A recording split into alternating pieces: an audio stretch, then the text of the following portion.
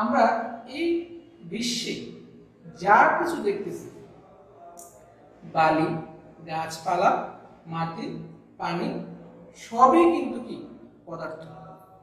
এই পদার্থ যে আলোচনা করা, পদার্থের গঠন এবং তাদের বৈশিষ্ট্য, এইটি হলো গুণগত রসায়নের মূল কাজ। আজকের লেকচারের পরে, আজকের এই পড়ানোর পরে তোমরা মোটামুটি এই পরমাণু কি, পরমাণুর আকার কিরকম, ঠিক আছে, এটা কি ভাগ করা যায় কিনা, বিভাজ্যতা কিনা, কিভাবে আসছে। দেখো, এই পরমাণুটাকে একসময় চিন্তা করা হতো অবিভাজ্য, অ্যাটম অর্থে কি অবিভাজ্য।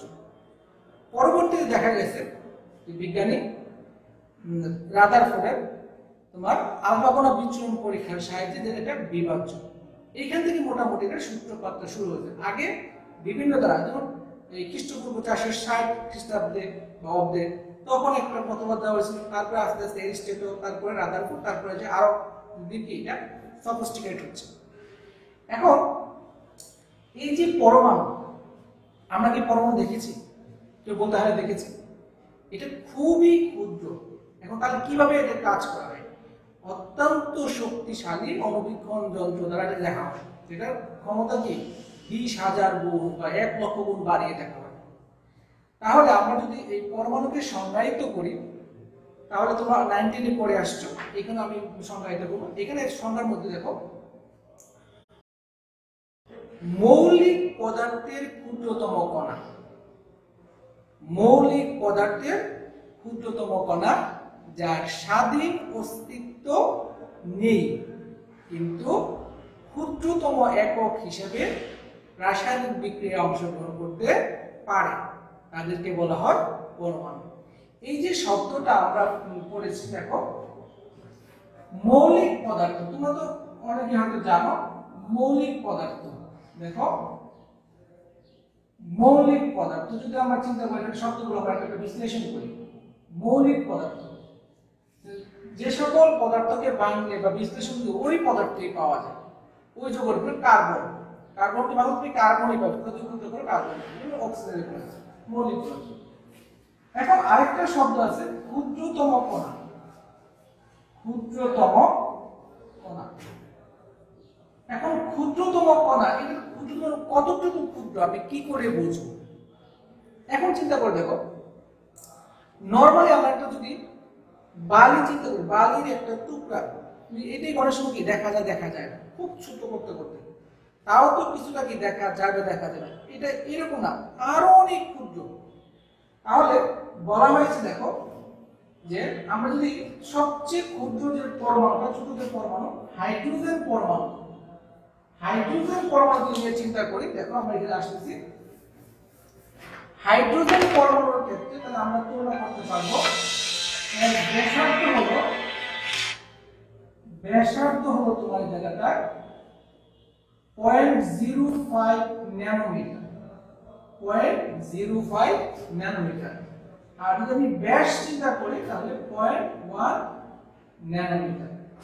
এখন আমরা যদি চিত্রের সাহায্যে দেখতে চাই যে হাইড্রোজেনটা যেহেতু আমি এরকম চিন্তা করি, নিউক্লিয়াস, এটা একটাই শক্তি, এরকম যদি চিন্তা করা হয়, এইটুকুর দৈর্ঘ্য হলো 0.1 ন্যানোমিটার। এখন 0.1 অনেকে দর্তব্য আসে বুঝতে পারবো, কিন্তু ন্যানোমিটার জিনিসটা আমরা যদি দেখি যে ন্যানোমিটারের ক্ষেত্রে যদি আমরা আসি, তাহলে আমরা বুঝতে পারবো যে 1 ন্যানোমিটার সমান 10⁻⁹ মিটার। তাহলে আমরা কত পেয়েছিলাম এখানে? 0.1 ন্যানোমিটার। 0.1 ন্যানোমিটার, তাহলে 10⁻⁹ into 10⁻⁻1 অর্থাৎ 10⁻⁻10। এটা যদি আমরা এভাবে প্রকাশ করতে চাই, 1 2 3 4 5 6 7 8 9 10 এত মিটার, অর্থাৎ একক, দশক, শতক, সহস্র, অযুত, লক্ষ, নিযুত, কোটি। 1 মিটারের 1000 কোটি কোটি ভাগের 1 ভাগ। চিন্তা করা যায় যে কত ক্ষুদ্র, যে একটি হাইড্রোজেন পরমাণু কি, একটি হাইড্রোজেন পরমাণু 1 মিটারের 1000 কোটি ভাগের 1 ভাগ। অর্থাৎ তুমি যদি 1000 কোটি হাইড্রোজেন পরমাণুকে এবং পাশাপাশি রাখো, তার দৈর্ঘ্য হবে 1 মিটার। এত ক্ষুদ্র একটি পরমাণু, তাহলে আমরা পরমাণু ক্ষুদ্র, কিরকম ক্ষুদ্র এটা বুঝলাম, তাই না? আচ্ছা, তাহলে আসো যে আমরা পরমাণু পরের যে শব্দটা আছে, এখানে শব্দটা ছিল জায়গাটায় যে তার স্বাধীন অস্তিত্ব নেই। স্বাধীন অস্তিত্ব নেই মানে কি? স্বাধীন তো আমরা বুঝি, যেটা আমরা সহজে মুভমেন্ট করতে পারি, চলাফেরা করতে পারি। স্বাধীন অস্তিত্ব নেই মানে যে এই যে প্রকৃতিতে তাকে ওইভাবে পাওয়া যায়। সে হোয়াট, আমি তোমাকে এরকম বলি যে আমাকে একটা সোডিয়াম, আমাকে একটা অক্সিজেন পরমাণু নিয়ে আসো, করে দাও, যে আমাকে একটা অক্সিজেন পরমাণু দাও। অক্সিজেন পরমাণু পাবে না, কি পাবে? এখানে অক্সিজেন অণু পায়। এইটা সে বিরাজ করে, তাহলে প্রকৃতিতে থাকে, প্রকৃতিতে থাকে সে অক্সিজেন অণু আকারে। একইভাবে তুমি চিন্তা করো ক্লোরিন, সে থাকে ক্লোরিন অণু আকার থাকে, তার মানে সে পরমাণু হিসাবে তোমার বিরাজ করে না। কিসে বিরাজ করে? অণু হিসাবে বিরাজ করে, যৌগ হিসাবে বিরাজ করে। এইটাই বলা হয়েছে স্বাধীন অস্তিত্ব নেই। এবার আসলে এখান থেকে আরেকটা শব্দ বলা হয়েছে যেটায় ক্ষুদ্রতম একক হিসাবে রাসায়নিক বিক্রিয়া অংশগ্রহণ করতে পারে। আমরা যদি এই বিক্রিয়াটা খেয়াল করে দেখি, দেখো একটি বিক্রিয়া তোমরা আগেও জেনেছো হয়তো, হাইড্রোজেন এবং আয়োডিন গ্যাসকে যদি আমি 450 ডিগ্রি সেলসিয়াস তাপমাত্রায় উত্তপ্ত করি, উৎপন্ন হবে হাইড্রোজেন আয়োডাইড। এখানে হাইড্রোজেন অণু, আয়োডিন অণু, অণু আকার আছে। তাহলে বিক্রিয়াটা আসলে কি হয়? এখানে দুটি হাইড্রোজেনের পরমাণু হয়, প্রথমে ভেঙে, তারপর দুটি হাইড্রোজেন আয়োডাইড, আয়োডিন, তারপর এখানে হাইড্রোজেন উৎপন্ন হচ্ছে। তার মানে কি? অণুটা ভেঙে প্রথমে পরমাণুতে পরিণত হচ্ছে, তারপরে বিক্রিয়া অংশগ্রহণ করতেছে। তার মানে দেখা যাচ্ছে এই যে কোনো অণু কিন্তু সরাসরি রাসায়নিক বিক্রিয়ায় অংশগ্রহণ করে না। তার মানে কি? অণুটা ভেঙে পরমাণু আয়নে পরিণত হয়, তারপর বিক্রিয়া অংশগ্রহণ করে। এটাকে বলা হয়েছে যে ক্ষুদ্রতম একক হিসেবে রাসায়নিক বিক্রিয়া অংশগ্রহণ করে। আমরা তো সংজ্ঞাটা আগেও করেছিলাম, দেখো কতগুলো জিনিস লুকিয়েছে সংজ্ঞার মধ্যে। আজকের পরে আমাদের পরমাণু বললে আমরা কত ক্ষুদ্র এটা ধারণা হয়ে যাবে। পরমাণু স্বাধীন অস্তিত্ব নেই, এই জিনিসটা বলবো আমরা ধারণা পাবো। রাসায়নিক বিক্রিয়া অংশগ্রহণ করতে পারে, এটা আমরা ধারণা পেয়ে যাবো বা আমাদের ধারণা জন্মাবে। তাহলে এই ছিল আমাদের পরমাণু সংজ্ঞা। এখন দেখো এই যে পরবর্তী কি, তারপরে আলফা কণা বিচ্ছুরণ পরীক্ষার সাহায্যে আমরা জানতে পারি পরমাণু কি বিভাজ্য। পরমাণুকে ভাগ করলে বিভিন্ন প্রকার কণিকা পাওয়া যায়। দেখো এখানে বলা হয়েছে এই পরমাণুকে, যে কোনো একটি মৌলের পরমাণুকে যদি আমরা বিভাজন করি, প্রায় 200 প্রকারের কণিকা পাওয়া যায়। ঠিক আছে? এত ক্ষুদ্র একটা জিনিস, তাকে বিভাজন করলে 200 রকমের কণিকা পাওয়া যায়। তাহলে এইগুলো কত ক্ষুদ্র। এই যে কণিকাগুলো পাওয়া যায়, এই কণিকাগুলোকে তোমার আবার 3 ভাগে ভাগ করা হয়েছে। 3 ভাগে ভাগ করা হয়েছে। দেখো কি কি এগুলো। তোমার 1 নম্বর হলো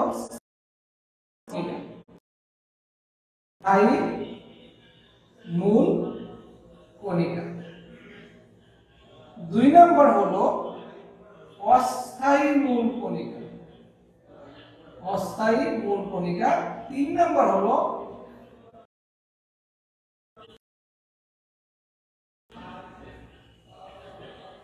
কম্পোজিট কণিকা। অর্থাৎ এই ক্ষুদ্রতম বিভাজন করেছেন, ওইখান থেকে দেখা গেছে যে প্রায় 200 প্রকারের কণিকা পাওয়া যায়। এই 200 প্রকার কণিকাকে তারা আবার 3টা ভাগে ভাগ করেছেন। একটি ভাগ হলো তোমার স্থায়ী মূল কণিকা, অস্থায়ী মূল কণিকা, কম্পোজিট কণিকা। এখন আসো স্থায়ী মূল কণিকা কারা? স্থায়ী মূল কণিকা হলো যে সকল কণিকা প্রায় সকল পরমাণু থেকে পাওয়া যায়। এইখানে একটা কথা আছে, ব্যতিক্রম বলতে সাধারণত হাইড্রোজেন পরমাণুতে একটি পাওয়া যায় না। আমরা যদি স্থায়ী মূল কণিকা দেখি, ইলেকট্রন, প্রোটন, নিউট্রন, কারা কারা? ইলেকট্রন, প্রোটন, নিউট্রন, এগুলো স্থায়ী মূল কণিকা। প্রায় সকল পরমাণু থেকে এই তিন ধরনের কণিকা পাওয়া যায়। তবে হাইড্রোজেন পরমাণুতে শুধুমাত্র কি এই নিউট্রনটা নেই। হাইড্রোজেন ব্যতীত প্রায় সকল মৌলে যে সকল কণিকা পাওয়া যায় তাদেরকে বলা হয় স্থায়ী মূল কণিকা। কারা কারা এগুলো? Electron, proton, neutron. এবার আসো অস্থায়ী মূল কণিকা। অস্থায়ী মূল কণিকার ব্যাপারটা এরকম যে এটা উৎপন্ন হওয়ার সাথে সাথে আরেকটাতে কনভার্ট হয়ে যায়, রূপান্তর হয়ে যায়। অর্থাৎ এইখানে কি উদাহরণ আমরা দেখি, এখানে কি পজিট্রন, মেসন, বোসন, নিউট্রিনো, অ্যান্টিনিউট্রিনো, এদেরকে বলা হয় অস্থায়ী মূল কণিকা। এই অস্থায়ী মূল কণিকাগুলো উৎপন্ন হওয়ার সাথে সাথে আরেকটা কণিকায় কনভার্ট হয়ে যায়, রূপান্তর হয়ে যায়। তার স্থায়িত্ব কালটা অনেক কম, এই জন্য বলা হয়েছে অস্থায়ী মূল কণিকা। আর আরেকটা কণিকা আছে এখানে, কম্পোজিট কণিকা। কি কণিকা? কম্পোজিট কণিকা। এইটা হলো তোমার দুইটা জায়গায়, একটা হলো আলফা কণা আর হলো ডিউটেরন বা ডয়টেরন। উচ্চারণ করা যায় ডিউটেরন বা ডয়টেরন, অর্থাৎ একাধিক কণার এখানে সংমিশ্রণ বা মিশ্রণ। অর্থাৎ এই যে আমরা পড়াটা পড়লাম, এইখান থেকে আমাদের কোশ্চেনের দিকে আমরা একটু খেয়াল করি। আমি শুধু আপনাদের কি কি কোশ্চেন হতে পারে, পরমাণু কি, একটি হাইড্রোজেন পরমাণুর ব্যাস কত, ঠিক আছে। তারপরে আসো স্থায়ী মূল কণিকা কোনটি, অস্থায়ী মূল কণিকা কোনটি, তারপর আছে এখানে কম্পোজিট কণিকা কাকে বলে। এইখান থেকে আমাদের কিন্তু কোশ্চেন পরীক্ষায় আসে। এখন আমরা যদি আরেকটু সামনে আগাই, এখানে দেখো এই যে স্থায়ী মূল কণিকা তিনটা আছে, কি কি আছে আমাদের? Electron, proton, neutron. Electron, proton, neutron, এই তাদের কিছু বৈশিষ্ট্য আছে। এই বৈশিষ্ট্যগুলো আমরা ছক আকারে পাশাপাশি পড়ে ফেলব। এইখানে আমাদের অঙ্কে বিভিন্ন তথ্য কাজে লাগবে। আবার এখানে কি আসবে? প্রথমে আসে তাদের ভর। ভর যদি আমরা দেখি, একটি ইলেকট্রনের ভর হলো 9.11 × 10⁻28 গ্রাম, -28 গ্রাম।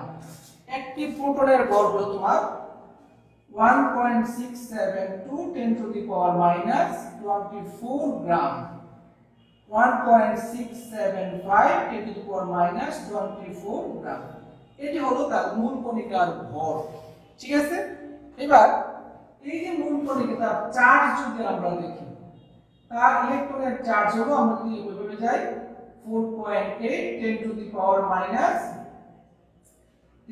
ESU।